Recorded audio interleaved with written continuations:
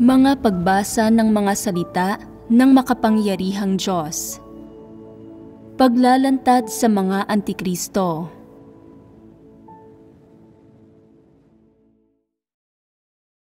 Ika-4 na item. Itinataas at pinatototohanan nila ang kanilang sarili. Ang ilang tao ay may disposisyon ng isang Antikristo at madalas na nagbubunyag ng pagbuhos ng mga partikular na tiwaling disposisyon. Ngunit kasabay ng pagkakaroon ng gayong pagbubunyag, pinagninilayan at kinikilala rin nila ang kanilang sarili at nagagawang tanggapin at isagawa ang katotohanan. At paglipas ng panahon, may makikitang pagbabago sa kanila. Sila ay maaaring makatanggap ng kaligtasan. May mga tao na sa panlabas ay tila may kakayahang talikuran ang mga bagay-bagay, igugol ang kanilang sarili, magdusa sa paghihirap at magbayad ng halaga. Subalit sa kanilang kalikasang diwa, sila ay tutol sa katotohanan at namumuhi rito. Kapag nakikipagbahaginan ka ng katotohanan sa kanila, tutol sila rito at sumasalungat dito. Nakakaidlip at nakakatulog sila sa mga pagtitipon at sermon. Kinaiinipan nila ang mga ito at kahit pa nauunawaan nila ang kanilang naririnig, hindi nila isinasagawa ito. May iba na mukhang nakikinig ng taimtim sa mga sermon, subalit hindi nauuhaw ang kanilang puso para sa katotohanan at ang saloobin nila sa mga salita ng Diyos ay nasinusuri nila ang mga ito bilang isang uri ng espiritual na kaalaman o teorya.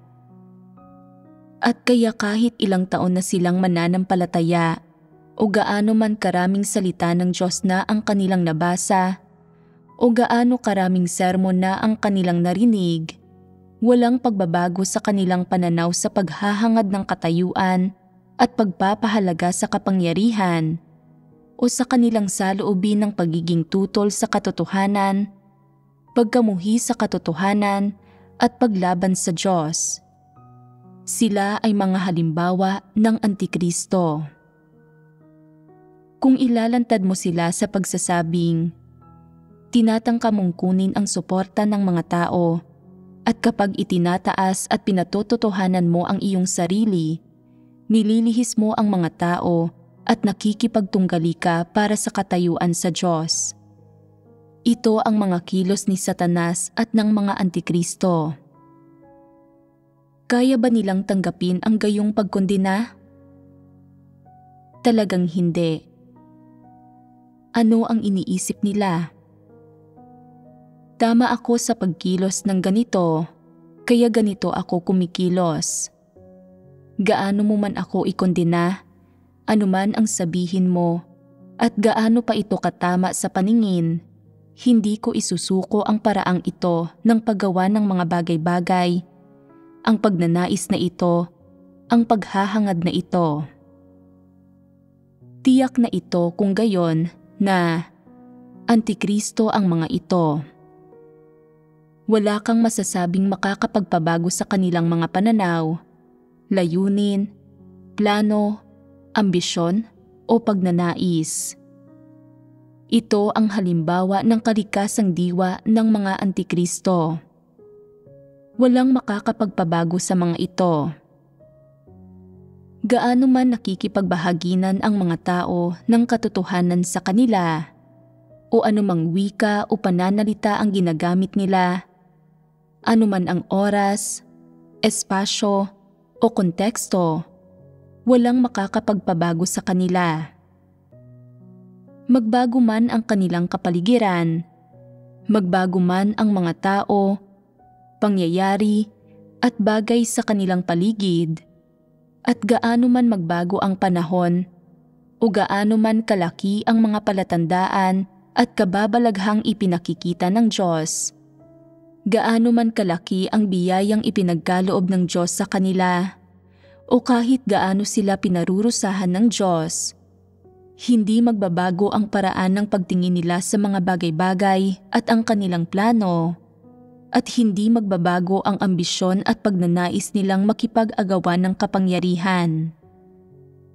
Hindi magbabago ang paraan nila ng pag-asal at pakikisalamuha sa iba. Gayon din ang saloobin nila ng pagkamuhi sa katotohanan at sa Diyos. Kapag tinutukoy ng iba na ang kanilang ginagawa ay pagtataas at pagpapatotoo tungkol sa kanilang sarili at pagsisikap na mailihis ang mga tao, binabago nila ang paraan ng kanilang pagsasalita sa paraang walang makikita o makikilatis na mali ang iba.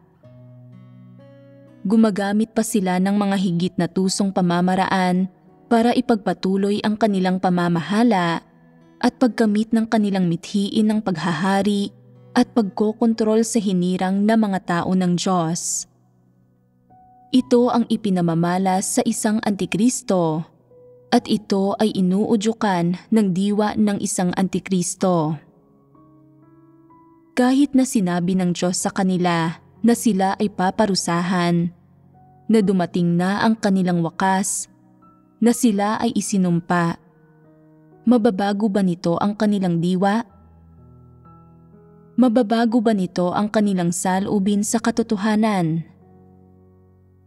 Mababago ba nito ang pagmamahal nila sa katayuan, kasikatan at pakinabang? Hindi. Ang pagbabago sa mga tao na ginawang tiwali ni Satanas para maging mga taong may normal na pagkatao na sumasamba sa Diyos ay siyang gawain ng Diyos. Maaari itong makamit. Ngunit maaari bang gawing normal na mga tao ang mga demonyo? Mga taong nakadamit sa balat ng tao, ngunit ang kanilang diwa ay sataniko, mapanlaban sa Diyos? Imposible iyon. Hindi isinasagawa ng Diyos ang ganitong uri ng gawain. Hindi kasama ang ganitong uri ng mga tao sa mga inililigtas ng Diyos. Kung gayon, paano tinutukoy ng Diyos ang ganitong mga tao? Sila ay kay Satanas. Hindi sila pipiliin o ililigtas ng Diyos. Hindi nais ng Diyos ang mga ganitong uri ng tao. Gaano man katagal silang nananampalataya sa Diyos, gaano man sila nagdusa o kung ano ang nakamit nila, hindi magbabago ang kanilang plano. Hindi nila isusuko ang kanilang mga ambisyon o pagnanais, lalo nang hindi nila bibitiwan ang kanilang motibasyon at pagnanasa na makipagtunggali sa Diyos para sa katayuan at mga tao. Mga tunay na antikristo ang ganitong mga tao. Sinasabi ng ilang tao na hindi ba't nakagagawa ng kasamaan at nakakapanlaban sa Diyos ang mga antikristo dahil lang sa pansamantalang magulong pag-iisip? Kung magpapakita ang Diyos ng ilang palatandaan at kababalaghan o parurusahan sila ng kaunti para makita nila ang Diyos, hindi ba nila magagawang kilalanin at magpasakop sa Diyos? Hindi ba nila magagawang tanggapin at kilalanin na ang Diyos ay katotohanan at hindi na makikipag-agawan sa Diyos para sa katayuan? Hindi ba't ito ang kaso na wala silang pananalig dahil hindi nila nasaksihang nagpakita ang Diyos ng anumang mga palatandaan at kababalaghan o nakita ang espiritual na katawan ng Diyos, kung kaya't napakahina nila at pagkatapos ay nalilinlang sila ni Satanas? Hindi iyon ang kaso. Ang mga ambisyon, pagnanais, at diwa ng mga antikristo ay ganap na naiiba at kaiba sa isang tao na pansamantalang nalinlang at hangal at hindi nakauunawa sa katotohanan. Likas na nagtataglay ang mga antikristo ng isang satanikong kalikasan at tutol sila sa katotohanan, at namumuhi sa katotohanan mula kapanganakan. Sila ay mga satanas na hindi makapagkakasundo sa Diyos, na lumalaban sa Diyos at nakikipagtagisan sa Diyos hanggang sa huli, at sila ay mga nabubuhay na satanas na nakasuot ng balat ng tao. Ang gayong mga tao ay tinutukoy bilang mga antikristo, alinsunod sa kanilang kalikasang diwa. At kung gayon, anong papel ang maaari nilang ginagampanan at anong mga bagay ang magagawa nila sa sambahayan ng Diyos? Ginagambala, ginugulo, ginigiba, at winawasak nila ang gawain ng Diyos.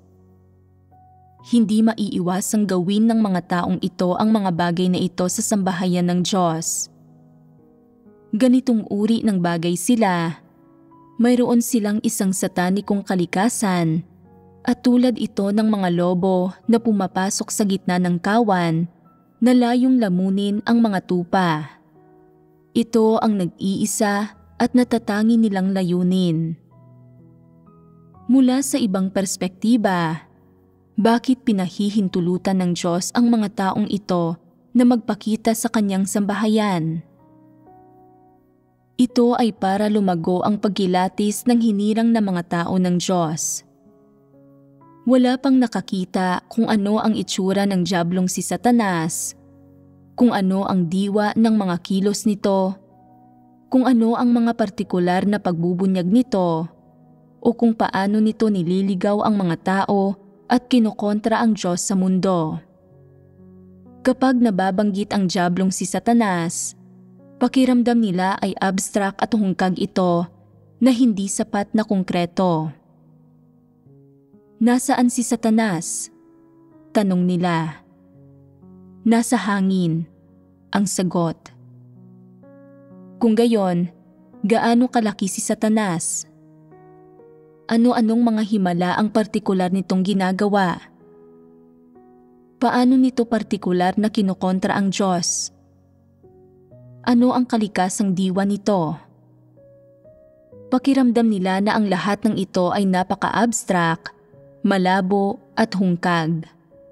Gayunpaman, sa pamamagitan ng mga pagpapamalas at pagbubunyag ng mga antikristo, nagagawa nilang maitugma ang mga bagay na ito sa ginagawa ni Satanas at sa kalikasang diwa nito. At pagkatapos ay nagiging konkreto ang lahat ng ito at hindi na nagiging abstract o hungkag. Kapag naging konkreto na ang lahat, maririnig ito ng mga tao na magsalita, makikita ang pag-uugali nito at maingat na makikilatis ang kalikasang diwa nito.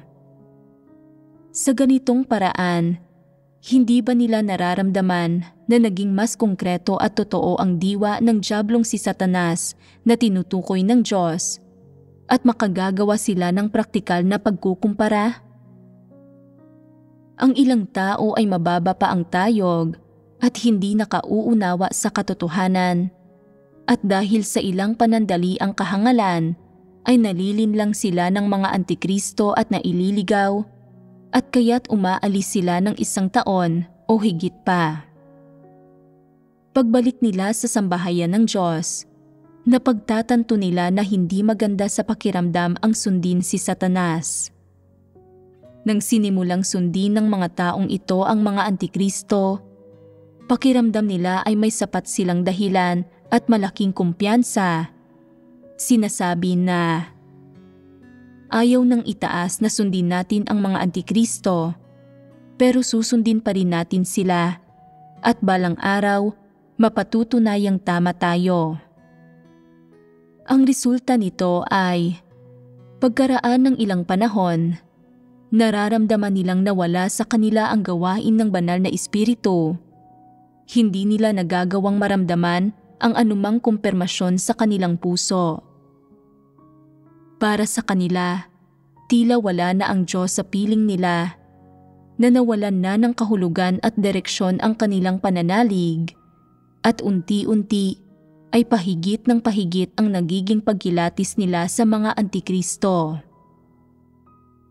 Dati inakala nila na talagang nauunawaan ng mga Antikristo ang katotohanan at sa pagsunod sa kanila ay hindi sila magkakamali sa kanilang pananalig. Subalit nakikita na nila ngayon na may mga seryosong problema ang mga Antikristo, na nagsasalita ang mga Antikristo na tila nauunawaan nila ang katotohanan, subalit hindi nila kailanman isinasagawa ang katotohanan. Isa itong katunayan.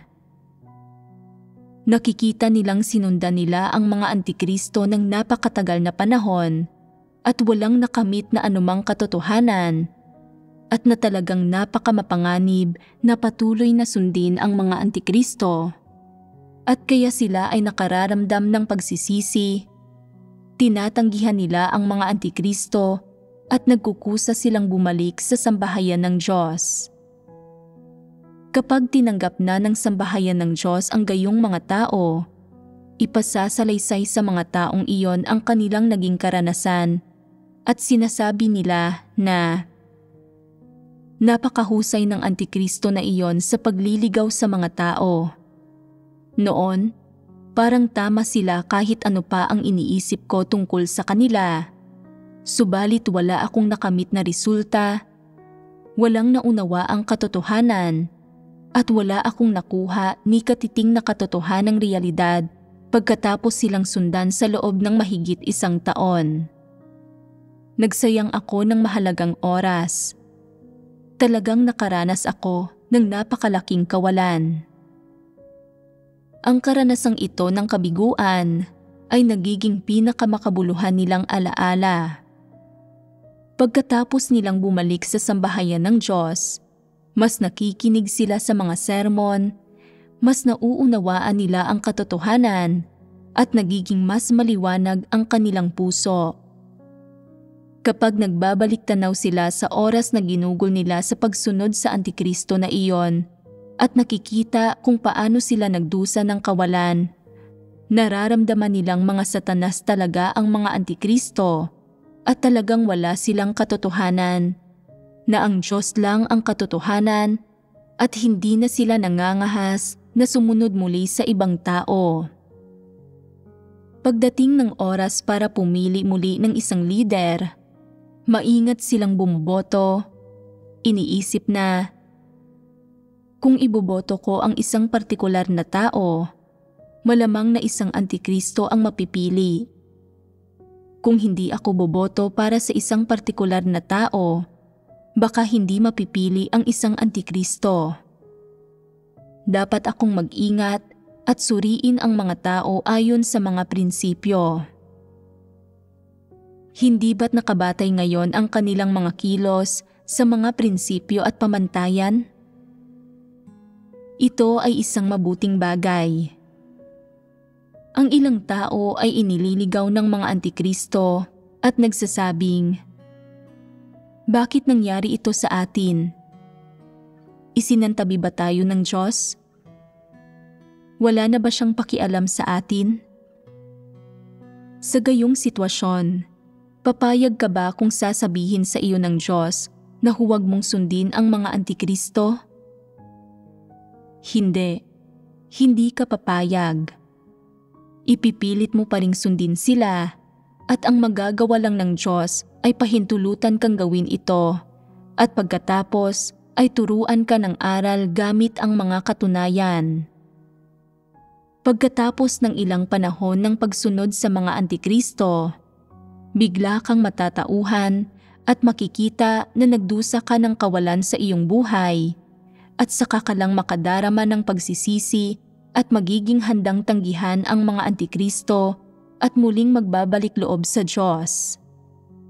Sa kabutihang palad, mapagparaya at mahabagin ang Diyos at gusto ka pa rin niya. Kung hindi ka niya gusto, ganap na matatapos ka na. Wala ka ng pagkakataong magkamit ng kaligtasan. Walang magandang wakas sa pagsunod sa mga Antikristo. Dapat mong malinaw na makita ang mga Antikristo at makilala sila ng tama. Dapat malaman mo kung paano makikilatis ang iba't ibang pagpapamalas ng mga antikristo.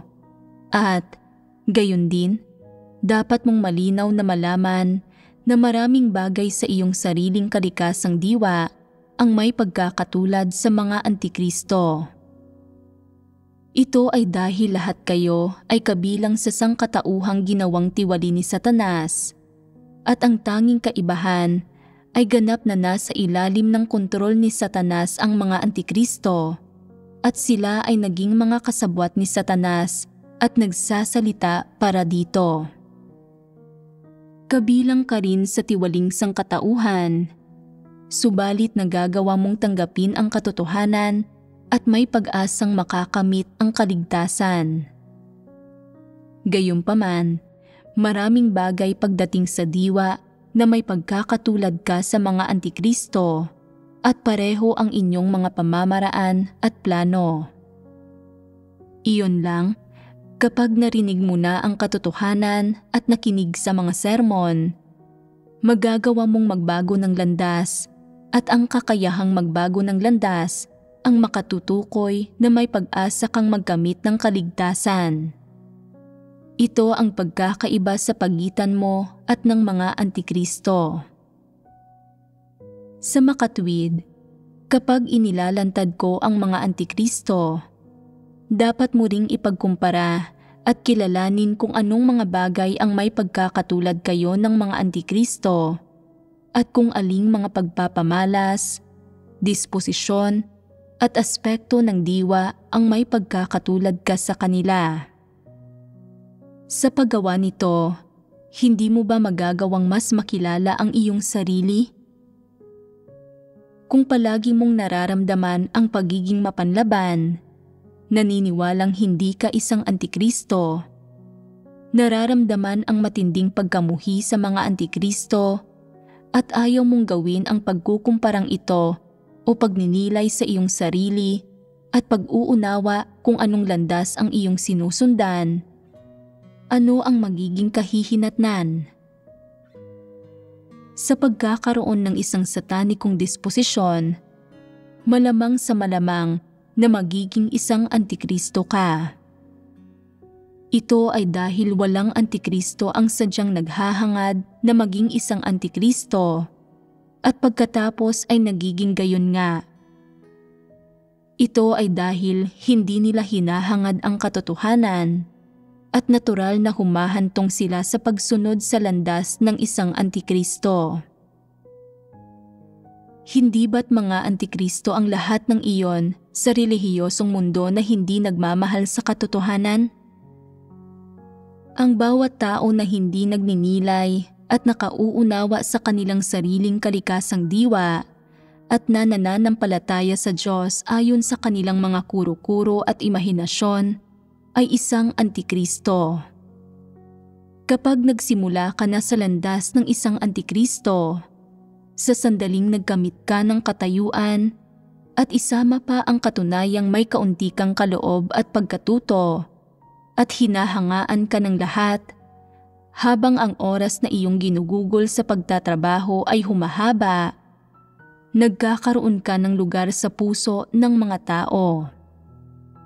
Habang lumalawak ang saklaw ng trabaho na iyong responsibilidad, parami ng parami ang taong iyong pinamumunuan, parami ng parami ang kapital na iyong makakamit, at pagkatapos ay magiging isang tunay ka ng Pablo.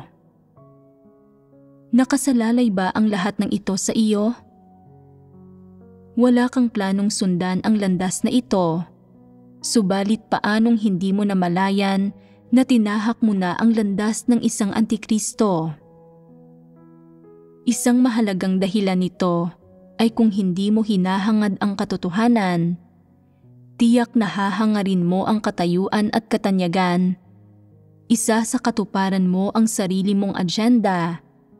Hanggang sa huli, nang hindi mo namamalayan, sinusundan mo na pala ang landas ng isang antikristo.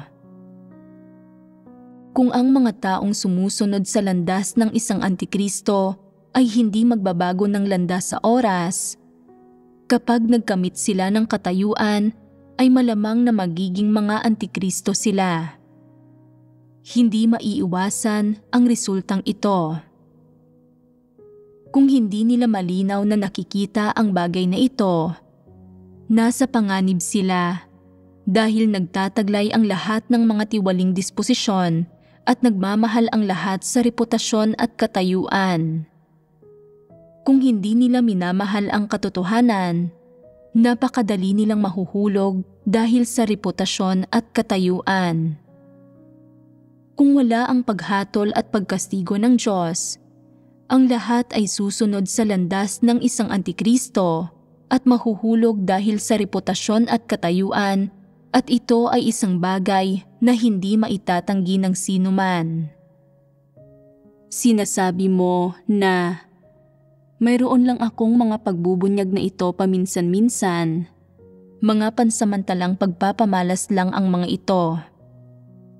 Bagaman may katulad akong diwa sa mga antikristo, naiiba pa rin ako sa mga antikristo dahil wala akong gayong kalaking ambisyon na tulad ng sa kanila. Gayon din, habang ginagawa ko ang aking tungkulin, palagi akong nagninilay sa aking sarili, nagsisisi at naghahanap ng katotohanan, at kumikilos ako alinsunod sa mga katotohanang prinsipyo.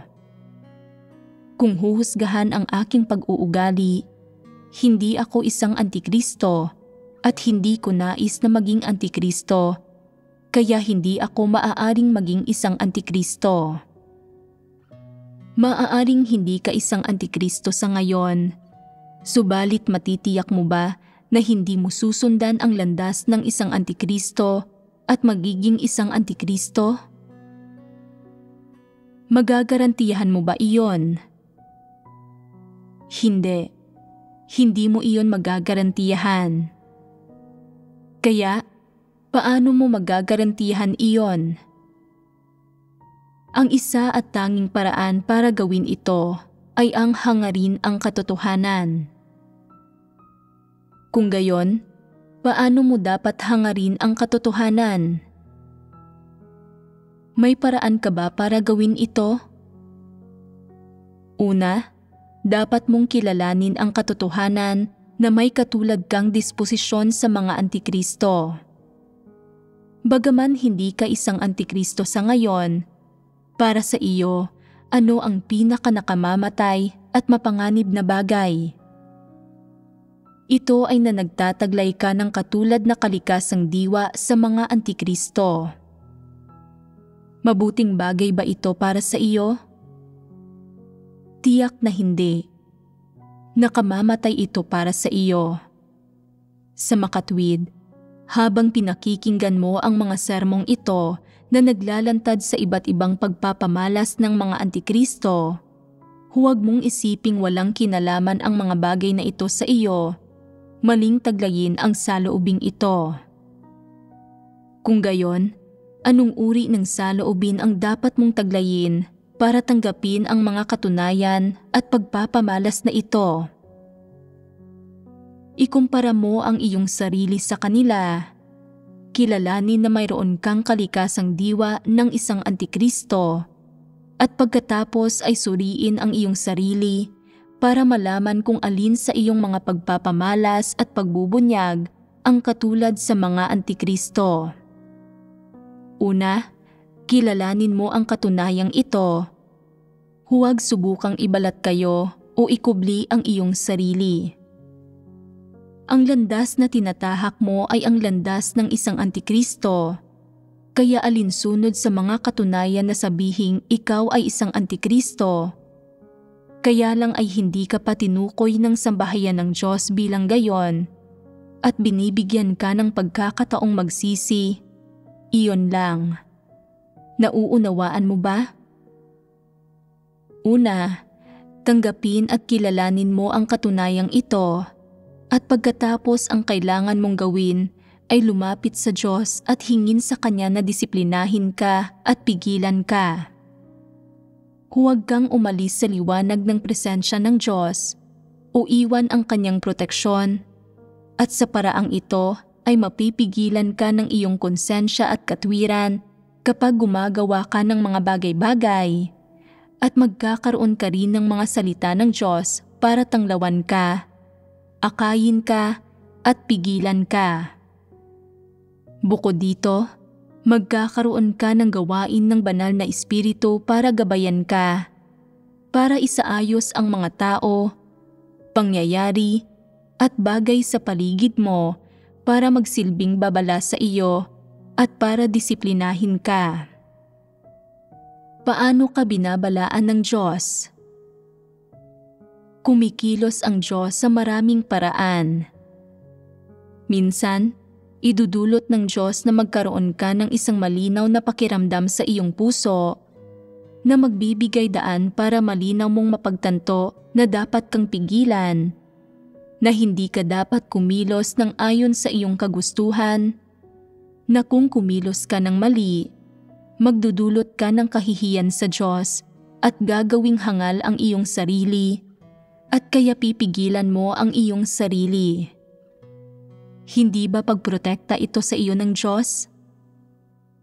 Isang paraan ito. Minsan, sasawayin ka ng Diyos sa iyong kalooban at magpapakita sa iyo ng malilinaw na salita para sabihin sa iyo na ang pagkilos sa ganoong paraan ay kahiya-hiya, na kinasusuklaman niya ito, na isinumpa ito. Ibig sabihin, gumagamit siya ng malilinaw na salita para sawayin ka, para ikumpara mo sa iyong sarili.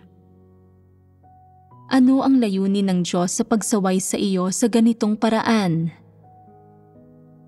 Ginagawa niya ito para may maramdaman ang iyong konsensya, at kapag may nararamdaman ka na, isa sa alang-alang mo ang epekto, kahihinatnan at ang iyong kahihiyan, at magpipigil ka sa iyong mga kilos at gawi.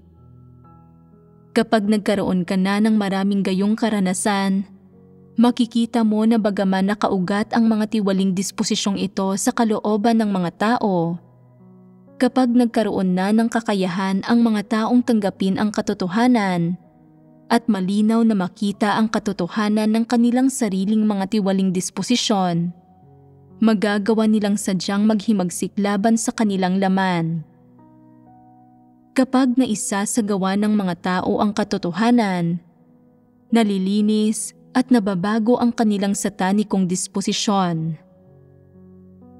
Ang satanikong disposisyon ng tao ay nasisira o nababago. Kapag nagagawa mo ng tanggapin ang katotohanan at naisasagawa ang katotohanan, natural na mawawasak at mapapalitan ang iyong satanikong disposisyon. Kapag natikman mo na kung gaano katamis isagawa ang katotohanan, iisipin mo na, napakawalang hiya ko noon. Hindi mahalaga kung gaano kawalang pakundangan ang aking mga salita o kung paano ko itinataas ang aking sarili para sambahin ako ng iba. Hindi ako nakaramdam ng kahihiyan at wala akong kamalayan pagkatapos.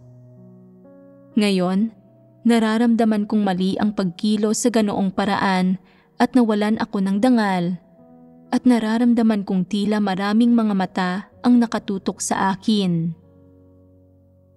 Gawa ito ng Diyos. Binibigyan ka niya ng isang pakiramdam at mararamdaman mo na tila sinasaway mo ang iyong sarili, at pagkatapos ay hindi ka gagawa ng kasamaan o mananatili sa sarili mong landas. Hindi namamalayan, ang mga paraan mo ng pagtataas at pagpapatotoo sa iyong sarili ay pakaunti ng pakaunti. Lalo kang magpipigil sa iyong sarili at lalo mong mararamdaman na sa ganitong pagkilos, kalmado ang iyong puso at payapa ang iyong konsensya. Ito ay pamumuhay sa liwanag at hindi na kailangang maging balisa o gumamit ng mga kasinungalingan o magagandang salita para ikubli ang iyong sarili. Dati, nagsinungaling ka at ipinagpatuloy ang mga kasinungalingan araw-araw para protektahan ang iyong reputasyon. Sa tuwing magsisinungaling ka, kinailangan mong ipagpatuloy ang kasinungalingang iyon sa sobrang takot na baka mabunyag mo ang iyong sarili. Ang resulta nito ay ang pagsisinungaling pa ng pagsisinungaling at nang maglaon ay kinailangan mong sikaping mag-isip ng mabuti para maipagpatuloy ang iyong mga kasinungalingan. Namuhay ka sa isang buhay na hindi katulad ng sa tao o ng sa mga demonyo at sobrang nakapapagod. Ngayon, hinahangad mo na maging isang matapat na tao at maaari mong buksan ang iyong puso at magsalita ng mga bagay na totoo. Hindi mo na kailangang magsinungaling at ipagpatuloy ang iyong mga kasinungalingan araw-araw. Hindi ka napipigilan ng mga kasinungalingan. Mababawasan ang iyong paghihirap. Magiging mas maluwag, malaya, at walang pagkontrol ng sino man ang iyong buhay. Sa kaibuturan ng iyong puso, magtatamasa ka ng mga damdamin ng kapayapaan at kagalakan. Nalalasap mo ang tamis ng buhay na ito. At habang ninanamnam mo ang tamis ng buhay na ito, ang iyong panloob na mundo ay hindi na mapanlinlang, buktot o huwad. Sa halip, handa ka na ngayong lumapit sa Diyos, nagdarasal ka sa Diyos at hinahanap ang katotohanan kapag mayroon kang issue. Nagagawa mo itong talakayin sa iba kapag mayroon kang issue at hindi ka na kumikilos ng nag-iisa o walang pagpipigil. Lalo mong nararamdaman na ang paraan ng paggawa mo noon ng mga bagay-bagay ay kasuklam-suklam at ayaw mo nang gawin ang mga bagay na tulad niyon. Sa halip, kumikilos ka sa alinmang paraan na naaayon sa katotohanan, may katwiran at may mga layunin ng Diyos. Nagbago ang paraan ng iyong pagkilos. Kapag nagagawa mong makamit ang mga bagay na ito, hindi ba't ibig sabihin niyon na nakaalis ka na sa landas ng isang antikristo? At kapag nakaalis ka na sa landas ng isang antikristo, hindi ba't ibig sabihin niyon na tinatahak mo na ang landas tungo sa pagkamit ng kaligtasan? Kapag tinatahak mo na ang landas tungo sa pagkamit ng kaligtasan at madalas na lumalapit sa Diyos, ang iyong saloobin, layunin, perspektiba, iyong mga mithiin at direksyon sa buhay ay hindi na sumasalungat sa Diyos. Nagsisimula ka ng mahalin ang mga positibong bagay at nagsisimula ka ng mahalin ang pagiging patas, pagiging matuwid at ang katotohanan. Kapag nangyari ito, nagsisimulang magbago ang kaibuturan ng iyong puso at ang iyong pag-iisip. Kapag tinahak mo na ang landas tungo sa pagkamit ng kaligtasan, maaari ka pa rin bang maging isang antikristo? Maaari mo pa rin bang sadyaing labanan ang Diyos? Hindi. Hindi mo magagawa at wala ka na sa panganib ngayon. Sa pagpasok lang sa kalagayang ito, mapupunta ang mga tao sa tamang landas ng pananalig sa Diyos at sa paghahanap at pagtanggap lang sa katotohanan sa ganitong paraan nila maiwawaksi ang mga problema, pagkontrol at kaguluhan na dulot ng kanilang satanikong kalikasan at antikristong kalikasan. Tinatahak mo na ba ngayon ang tamang landas sa buhay ng paghahangad sa katotohanan? Kung hindi, magmadali at magsikap ng tahakin ito. Kung hindi mo kayang tahakin ang landas ng paghahangad sa katotohanan, mabubuhay ka pa rin sa panganib.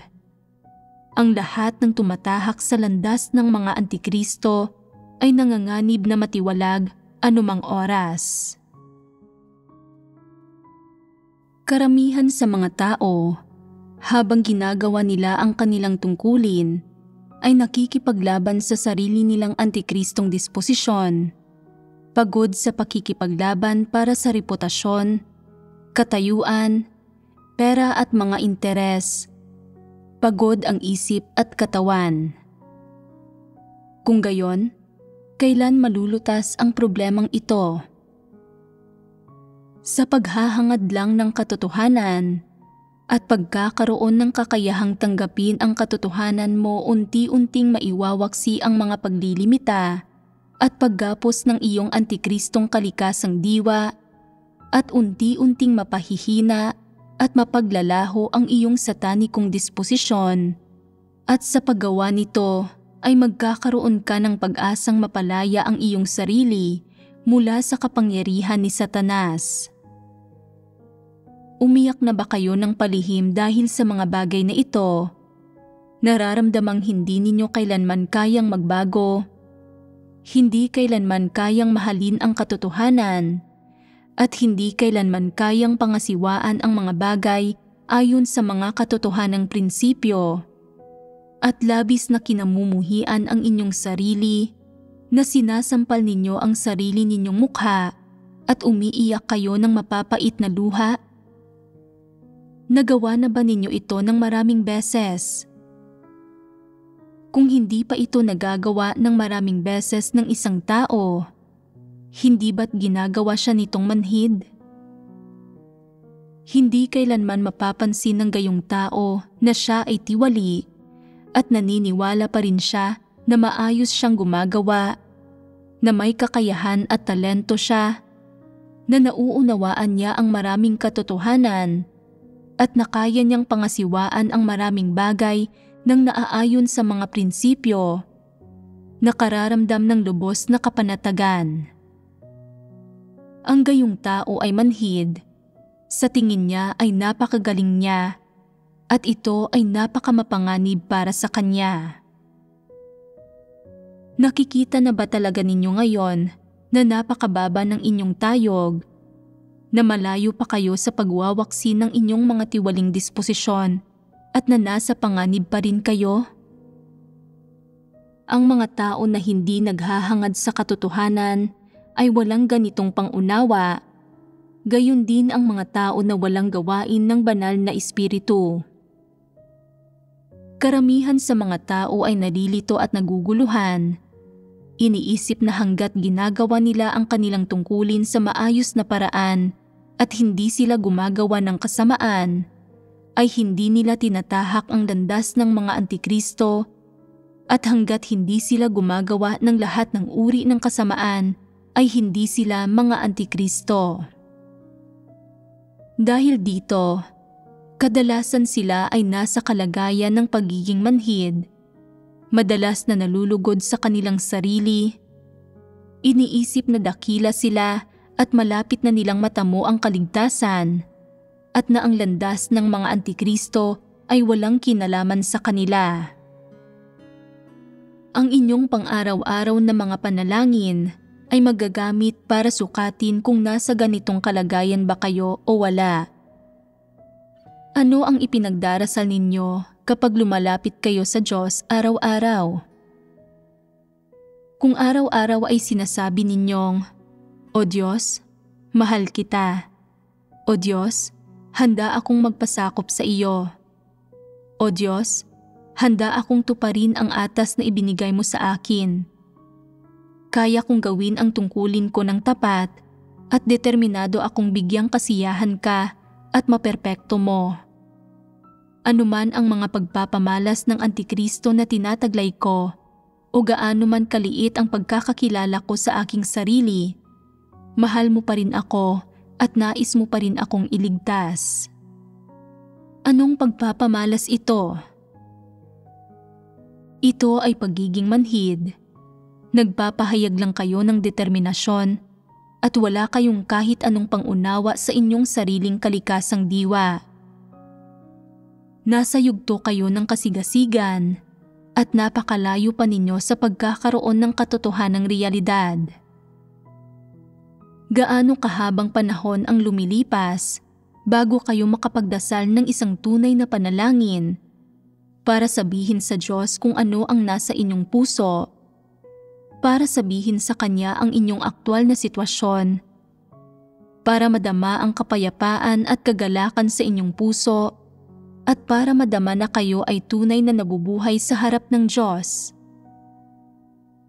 Sabihin ninyo sa akin, gaano kahabang panahon ang lumilipas bago ninyo magawa ito ng isang beses?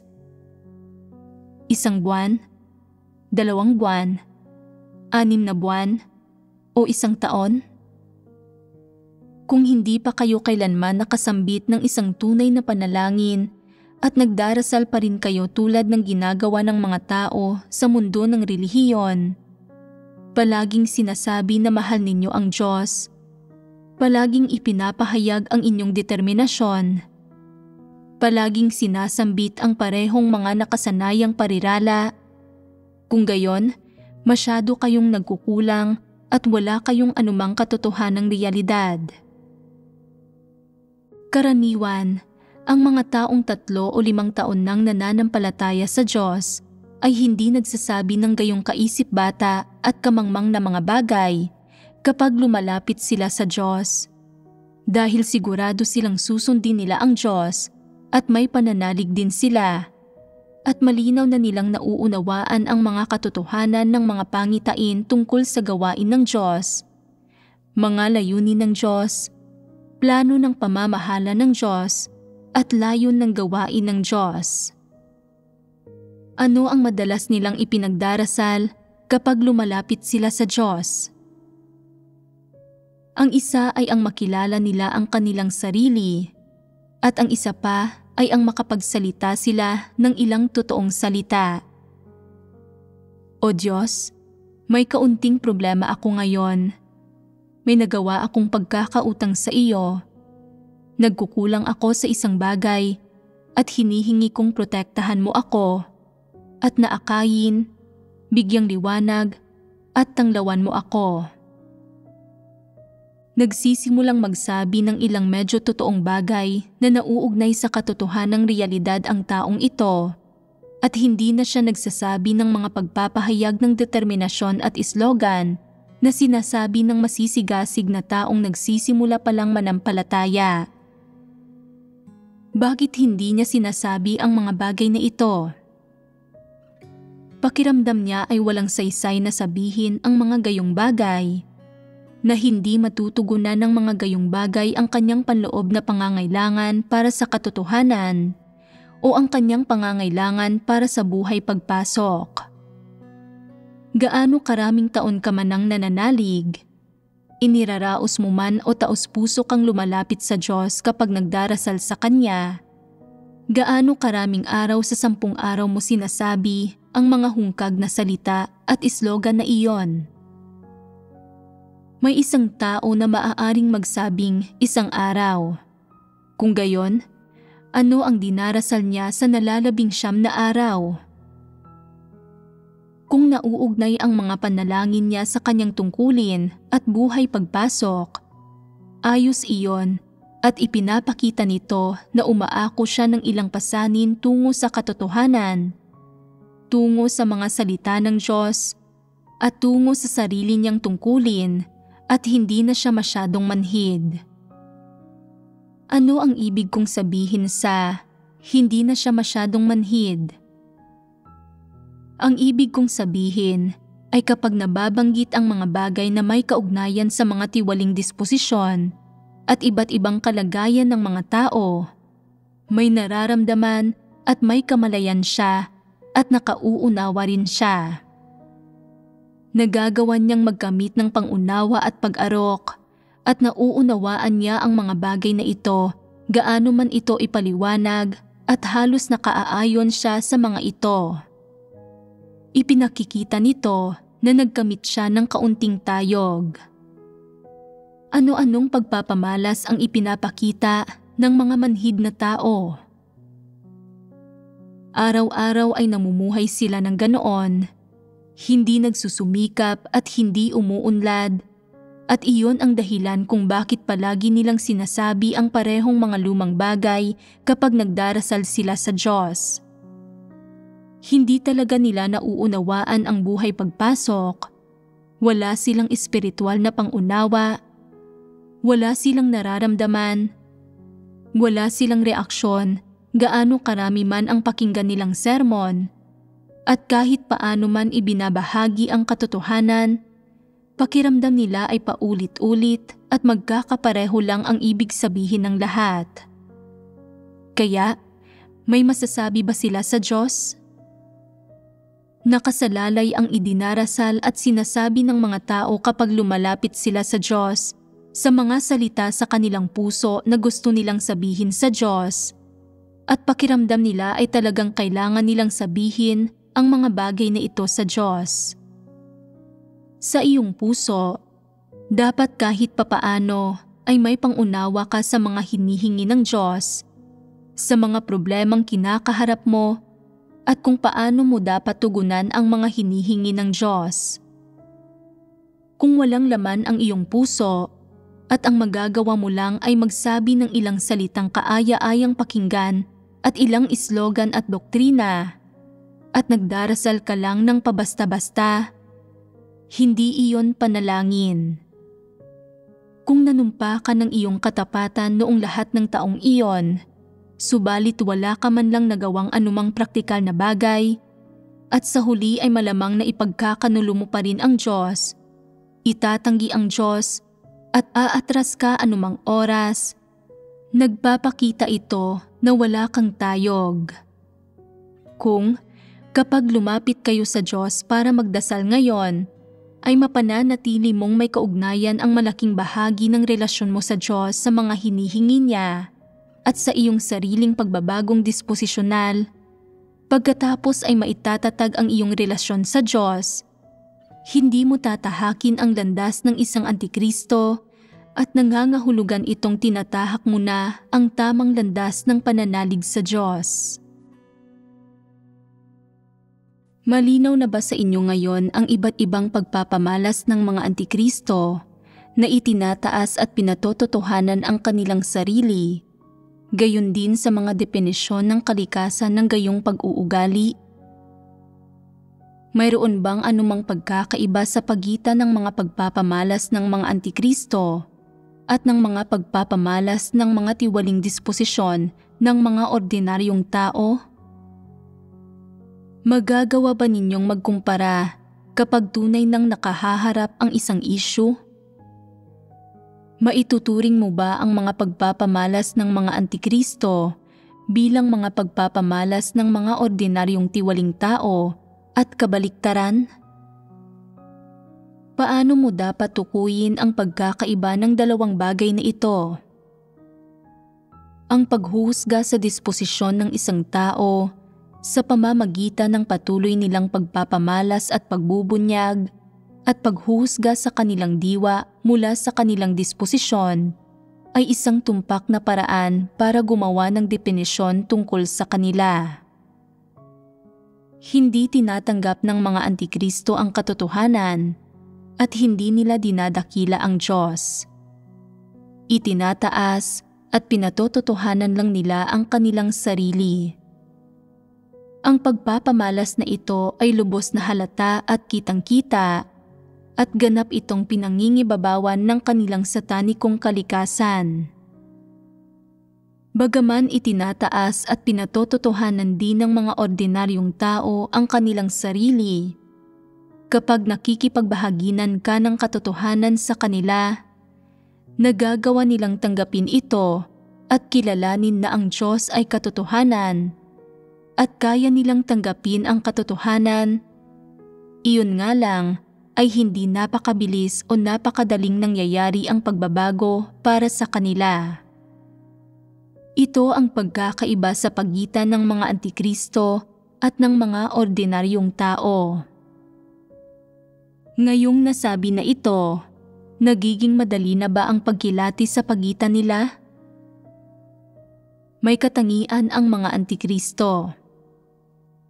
Kapag hindi nila minamahal ang katotohanan o tinatanggihan ang katotohanan, direkta ba nilang itinatanggi ito? Anong kaparaanan ang ginagamit nila para tanggihan ang katotohanan, para makita mong hindi nila kinikilala ang katotohanan? Makikipagtalo sila para pabulaanan ka.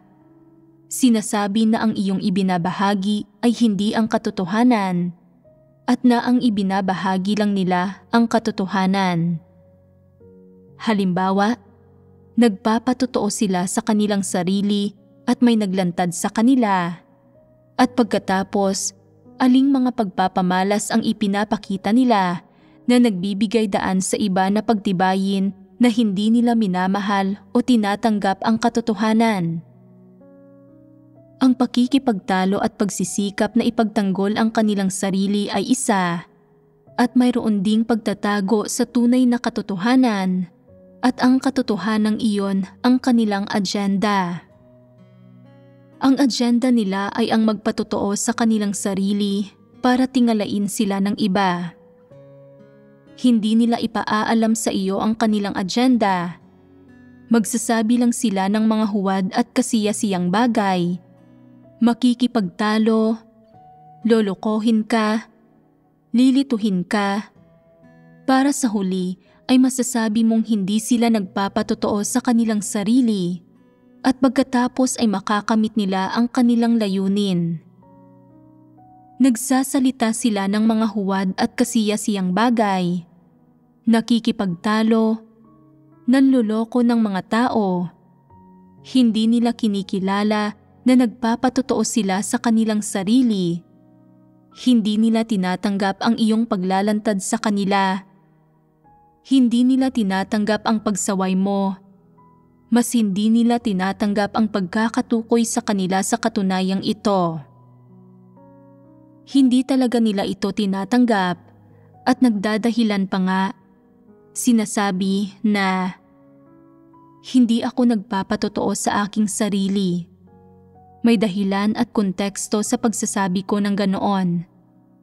Ang pagsasabi ng ilang hindi naaangkop na mga bagay sa sitwasyong iyon ay ganap na normal at hindi isang problema. Maituturing ba itong pagpapatotoo sa aking sarili? Higit pa rito, ginawa ko na ang lahat ng gawaing ito at kahit na hindi ako nagkamit ng pagkilala, nagdusa pa rin ako para gawin ito. Hindi isang malaking bagay kung tinitingala at sinasamba ako ng ilang tao. Hindi nila iniisip na ang gayong kahiyahiyang pag-uugali, ang gayong kasuklam-suklam na kilos ay isang malaking bagay. Ito ba ay saloobin ng pagtanggap sa katotohanan? Hindi sila nakararamdam ng kahihiyan dahil sa masasamang gawa na ito at iniisip pang dakila ang kanilang sarili. Ito ang diwa ng masasamang tao. Naniniwala ang mga antikristo na ang pagtataas at pagpapatotoo sa kanilang sarili ay ganap na naaangkop at na ito ang dapat nilang gawin. Iniisip nila na, ginagawa ko ito dahil may ganito akong kakayanan. Karapat-dapat ba ang ibang tao na gawin ito? Nakamit ko ang suporta ng lahat. Nagugol ako ng labis na pagsisikap sa paggawa ng gawain ng iglesia. Nakagawa ako ng napakalaking kontribusyon sa sambahayan ng Diyos at nag-ako ako ng napakalaking panganib. Makatarungan ba kung hindi mo ako bibigyan ng gantimpala at benepisyo? Hindi ba't matuwid ang Diyos? Hindi ba't ginagantihan niya ang bawat tao ayon sa kanilang mga kilos? Kung gayon, hindi ba ako karapat-dapat sa suporta ng lahat dahil sa paggawa ng lahat ng mga kontribusyong ito at pag-ako ng lahat ng panganib na ito? Iniisip nilang dapat silang makakuha ng kapalit sa paggawa ng kanilang tungkulin at na ang pinakamababang gantimpala dapat ay ang suporta ng lahat at ang pagtatamasa ng katapatan, karangalan at mga benepisyong nararapat sa kanila. Isa ba itong saloobin ng pagtanggap sa katotohanan? Kaya, ano ang katotohanan dito? Halimbawa, sinasabi mo sa kanila na gaano man sila nagdurusa, ang mga tao ay mga nilikha at dapat silang magdusa dahil mayroon silang mga tiwaling disposisyon. Ang pagdurusa habang ginagawa ang tungkulin ng isang tao ay isang paraan lang kung saan nagdurusa ang mga tao. Gaano man tayo kahusay o anumang mga kaloob ang tinataglay natin, hindi tayo dapat mag-aasam ng anumang gantimpala o subukang makipagkasunduan sa Diyos. Hindi ba't ito ang katotohanan? Ito ang pinakabatayan na katotohanan na dapat maunawaan ng mga nilikha. Gayunpaman, matatagpuan ba ang katotohanang ito sa kanilang mga filosofiya para sa makamundong pakikitungo at sa kanilang mga kaisipan at pananaw? Tinatanggap ba nila ang katotohanang ito kapag naririnig nila ito? Hindi. Hindi nila ito tinatanggap. Ano ang kanilang saloobin?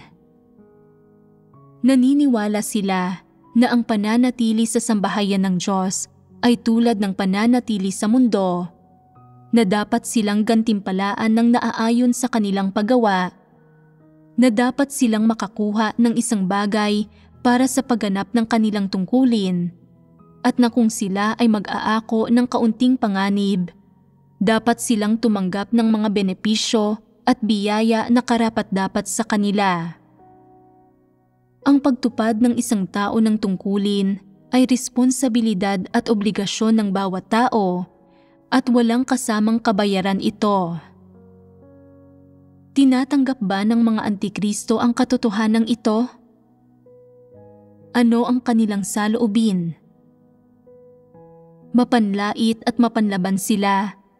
Sinasabi na, "Kayong mga tanga, maging ito tinatanggap ninyo. Iyan ba ang katotohanan? Hindi iyan ang katotohanan. Panloloko lang iyan sa mga tao. Ang pagiging patas at pagkakapantay-pantay ng mga tao, iyan ang katotohanan." Anong uri ng bagay ito para sabihin? Ito ang lohika at ang maling pananampalataya at panlilinlang ni Satanas. At maililigaw ba ng mga ito ang mga hindi nakauunawa sa katotohanan? Madali silang maililigaw ng mga ito. Ang ilang tao ay mahihina, hindi nila nauunawaan ang mga katotohanang may kaugnayan sa pagganap ng tungkulin ng isang tao, at kulang sila sa kakayahan at abilidad sa pag-arok, at wala silang gaanong pananalig, at kapag nakaririnig sila ng gayong mga bagay, pakiramdam nila ay may ganap na katuturan ang mga ito, at iniisip nila na, "Oo nga naman, paano ako naging sobrang tanga?" Sa wakas ay nakatagpo ako ngayon ng isang taong nakauunawa. Tama ang sinasabi nila. Ang mga taong ito ay nakikinig lang at tumatanggap ng mga bagay na mukhang makatwiran at naaayon sa kanilang mga kuro-kuro. Hindi nila hinaharap ang mga salita ng Diyos nang naaayon sa prinsipyo na ang mga salita ng Diyos ay ang katotohanan. Alinsunod man ang mga salita ng Diyos sa damdamin ng mga tao, sa pag-iisip at lohika ng mga tao, sa mga kaugalian at gawi o tradisyonal na kultura ng mga tao, pinal ang mga salita ng Diyos at bawat salita ng mga ito mula sa simula hanggang sa katapusan ay katotohanan. Hindi kinakailangan ng mga salita ng Diyos ang sinuman para kwestiyonin o suriin ang mga ito, at pinaniniwalaan mang tama o mali ng sangkatauhan ang mga ito, o kung matatanggap man ng sinuman ang mga ito. Ang mga salita ng Diyos ay walang hanggang katotohanan. Ang mga salita ng Diyos ay hindi kinakailangang pumasa sa pagsubok ng panahon, at hindi kinakailangan ang sangkatauhan para patunayan ang mga ito sa pamamagitan ng karanasan. Ang mga salita ng Diyos ay katotohanan. Ito ba ang iniisip ng mga antikristo? Iniisip nila na dapat maging makatwiran ang Diyos Ano ang ibig sabihin ng pagiging matuwid ng Diyos? Hindi ba't ang mga nagdurusa ng labis at may mataas na kakayahan ang nakatatanggap ng malalaking gantimpala, at ang mga nagdurusa ng kaunti, hindi gaanong mahusay at hindi nakapag-aambag ang tumatanggap ng kaunting gantimpala? Sinasabi ba ito ng Diyos? Hindi ito sinasabi ng Diyos. Ano ang sinasabi ng Diyos? Sinasabi ng Diyos na ang pagganap ng tungkulin ng isang tao ay bukasyon ng bawat tao, na ang pagganap ng kanyang tungkulin ay may mga kaakibat na sarili nitong prinsipyo, na dapat gampanan ng lahat ang kanilang tungkulin alinsunod sa mga katotohanang prinsipyo, at na ito ang dapat gawin ng mga nilikha. May binanggit bang anuman tungkol sa kabayaran dito? Anumang pagbanggit ng gantimpala? Walang binanggit na kabayaran o gantimpala. Ito ay isang obligasyon. Ano ang ibig sabihin ng obligasyon? Ang obligasyon ay isang bagay na dapat gawin ng mga tao. Isang bagay kung saan hindi naaangkop ang mabigyan ng gantimpala ng ayon sa paggawa ng isang tao. Hindi kailanman itinakda ng Diyos na ang sino mang gumaganap ng kanilang tungkulin ng madalas ay dapat tumanggap ng malaking gantimpala, at na ang sino mang hindi gaanong gumaganap ng kanilang tungkulin o gumaganap nito sa paraang hindi mabuti ay dapat tumanggap ng kaunting gantimpala. Hindi kailanman sinabi ng Diyos ang gayong bagay. Kaya, ano ang sinasabi ng mga salita ng Diyos? Sinasabi ng Diyos na ang pagganap ng tungkulin ng isang tao ay ang bukasyon ng bawat tao, at ito ay isang bagay na dapat gawin ng mga nilikha. Ito ang katotohanan. Ganito ba ang pagkakaunawa ng mga antikristo? Paano nila tinatrato ang mga salitang ito ng Diyos? Tatratuhin nila ang mga ito sa ibang paraan. Mula sa perspektiba ng kanilang mga sariling interes, magkakaroon sila ng isang baluktot na interpretasyon sa mga salita ng Diyos. Para maging tumpak, minamanipula nila ang mga salita ng Diyos. Ginagamit ang sarili nilang mga kaparaanan at pagkaunawa para baguhin ang mga salita at katotohanan ng Diyos sa ibang interpretasyon. At ano ang kalikasan ng gayong interpretasyon? Ito ay kapaki-pakinabang sa kanila. Maaari nitong iligaw ang mga tao at maaari nitong pukawin at akitin ang mga tao.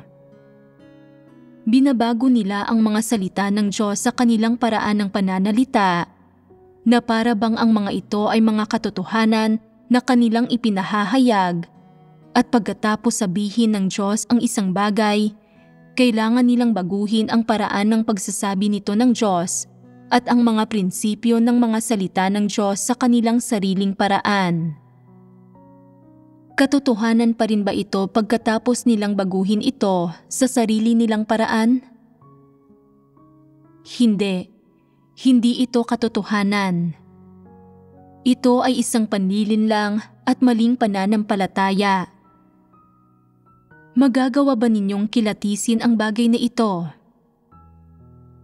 Pagkatapos makinig sa napakaraming sermon, may ilang tao na nagkamit ng kaunting pagkilatis. At ano ang diwa ng pagsalungat at pagtanggi ng mga antikristo sa katotohanan? Ito ay pagmamanipula at pagkakaroon ng baluktot na interpretasyon sa mga salita ng Diyos. At ano ang layunin nila sa pagmamanipula at pagkakaroon ng isang baluktot na interpretasyon sa mga salita ng Diyos? Ito ay para hindi tanggapin ng mga tao ang katotohanan, at sa halip ay tanggapin ang kanilang mga panlilinlang at maling pananampalataya. Binabaluktot nila ang katotohanan ayon sa kanilang kaisipan at lohika. kanilang mga interes at pananaw, at kanilang mga kuro-kuro. Nagiging kapaki-pakinabang ito sa kanila at magagawa rin nilang pukawin at iligaw ang ilang taong hangal at mangmang at ang hindi nakauunawa sa katotohanan.